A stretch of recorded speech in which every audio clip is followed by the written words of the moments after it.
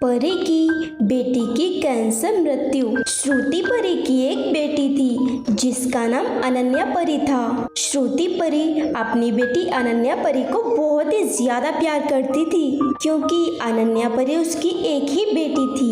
एक दिन अनन्या परी बीमार हो गई तो श्रुति परी ने डॉक्टर को बुलाया। चेकअप करने के बाद पता चला कि अनन्या परी को कैंसर है। डॉक्टर जी आप क्या कह रही हैं? ऐसे नहीं हो सकता, मेरी बेटी को कैंसर कैसे हो सकता है? ये सच है और आपको ज्यादा से ज्यादा अनन्या परी का ख्याल रखना होगा। पर वह ठीक कैसे होगी?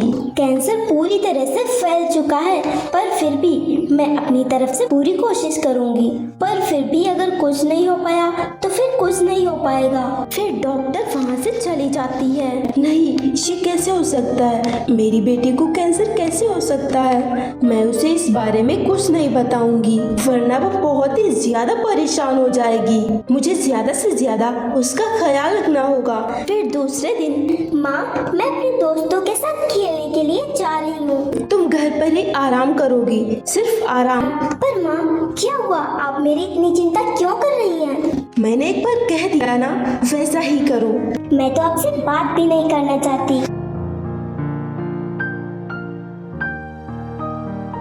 मैं तुम्हें कैसे बताऊं कि तुम्हारा टहलने जाना खतरनाक हो सकता है। तुम सिर्फ आराम करो। इसी तरह से काफी समय बीत जाता है। एक दिन अनन्या परी पार्क में खेल रही थी, तभी अचानक उसे चक्कर आ जाता है और वह गिर जाती है और बेहोश हो जाती है। जब यह बात श्रुति को पता चलती है तो वह बहुत ही ज्यादा डर जाती है और वह अनन्या परी को ले जाकर हॉस्पिटल में एडमिट करवाती है। फिर कुछ घंटों बाद डॉक्टर वहाँ आती हैं। आप चिंता मत कीजिए, मुझे लगता है अनन्या परी का इलाज हो सकता है। सच में? कैसे सच में हो सकता है? मैं अपनी तरफ से पूरी कोशिश करूंगी, आप चिंता मत कीजिए। अगर आप मेरी बेटी को बचा पाती हैं तो मैं आपका एहसान कभी नहीं भूलूंगी। फिर दूसरे दिन डॉक्टर श्रुति के पास आते हैं। डॉक्टर बोलिए ना, क्या हुआ? मेरी बेटी ठीक तो है ना? चिंता करने की कोई बात नहीं है, आपकी बेटी बिल्कुल ठीक है और अब वह हमेशा आपके साथ ही रहेगी। मतलब मेरी बेटी को कैंसर से कोई भी खतरा नहीं है? मैं आपका एहसान कभी नहीं भूलूंगी।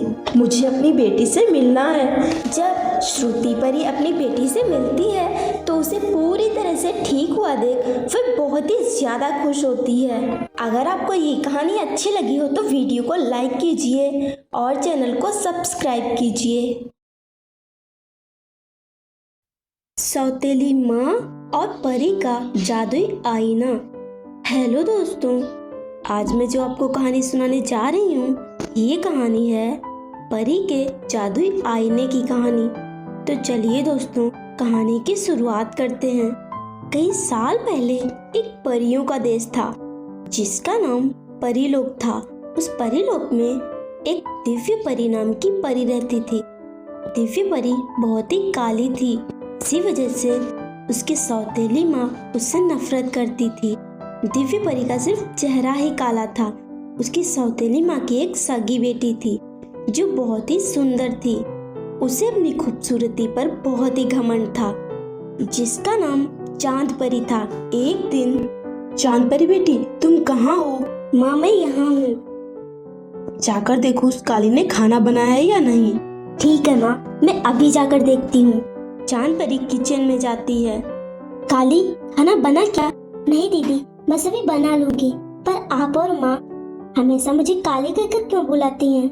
मेरा नाम तो दिव्य परी है, इसलिए क्योंकि तू काली है और काली को काली ही बुलाना चाहिए, समझी? अब जल्दी से खाना बना, मुझे बहुत ही भूख लगी है। एक दिन दिव्य परी आईने के सामने बैठी हुई थी। मैं इतनी काली क्यों हूँ? अगर मैं गोरी होती तो मेरी माँ और बहन मुझसे बहुत ही प्यार करती। भगवान जी, आपने मुझे इतना काला क्यों बनाया? क्या मैं कभी भी गोरी हो सकती हूँ? सभी मुझसे नफरत करते हैं, अब मैं क्या करूँ? इसी तरह हर रोज दिव्य परी आईने के सामने बैठकर भगवान जी से शिकायत करती थी। इसी तरह से दिन बीतने लगते हैं। एक दिन उसकी माँ बोली, जल्दी जा और नदी से पानी भर कर ला। पर माँ अभी तो रात होने वाली है, मैं भी कैसे जा सकती हूँ? मैं कल सुबह ही जाकर ले आऊंगी। और वैसे भी खाना तो बन ही चुका है और पीने के लिए पानी भी है। मैं सुबह ही ले आऊंगी। नहीं, मैंने कहा अभी मतलब अभी। तुम अभी जाओगी, वरना तुम्हें खाना नहीं मिलेगा, समझी? ठीक है माँ, मैं अभी जाती हूँ। दिव्य परी पानी लेने के लिए चली जाती है और नदी के पास पहुंच जाती है।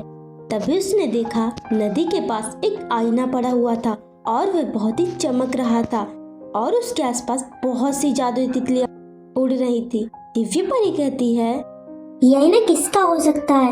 ये कितना अच्छा है और यहाँ कोई भी नहीं है, तो मैं ही ये आईना उठा लेती हूँ। और वैसे भी ये देखने में कितना अच्छा लग रहा है, मैं इसे लेकर जाऊंगी।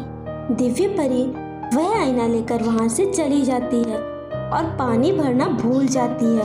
वह जैसे ही घर पर पहुंची, उसकी सौतेली माँ बोली, इतनी देर लगती है पानी लाने में, और पानी कहाँ है? और तू ये आईना कहाँ से लाई है? इसे मुझे दे, मैं इस कबाड़ा आईने को बाहर फेंक कर आती हूँ। नहीं, मैं नहीं दूंगी, मैं इसे अपने कमरे में रखूंगी। तू क्या करेगी इसका? तू तो वैसे भी काली है, तुझे आईने की क्या जरूरत? नहीं माँ, मैं नहीं दूंगी। ठीक है, अगर तू ये आईना नहीं देगी तो मैं तुझे आज का खाना नहीं दूंगी। नहीं चाहिए मुझे खाना। दिव्य परी वह आईना लेकर अपने कमरे में चली जाती है और सो जाती है। कुछ देर बाद उसे भूख लगती है, उसकी नींद खुल जाती है। तभी वह देखती है उसके सामने ढेर सारा खाना रखा हुआ था। वह सोच में पड़ जाती है, ये कैसे हो सकता है? तभी वह आईने के सामने जाती है। उसने देखा उसका चेहरा बहुत ही सुंदर था और चमक रहा था। वह सोच में पड़ गई। तभी वह आईना बोलने लगा और बोला, मैंने ही तुम्हें इतना खूबसूरत बनाया है और मैंने तुम्हें खाना भी दिया है। मैं एक जादुई आईना हूँ, क्योंकि अब तुम गोरी हो चुकी हो, इसीलिए अब तुमसे सभी प्यार करेंगे, कोई भी तुमसे नफरत नहीं करेगा। दिव्य परी बहुत ही खुश हुई। फ्रेंड्स, अगर आपको ये कहानी अच्छी लगी तो वीडियो को लाइक कीजिए और चैनल को सब्सक्राइब कीजिए।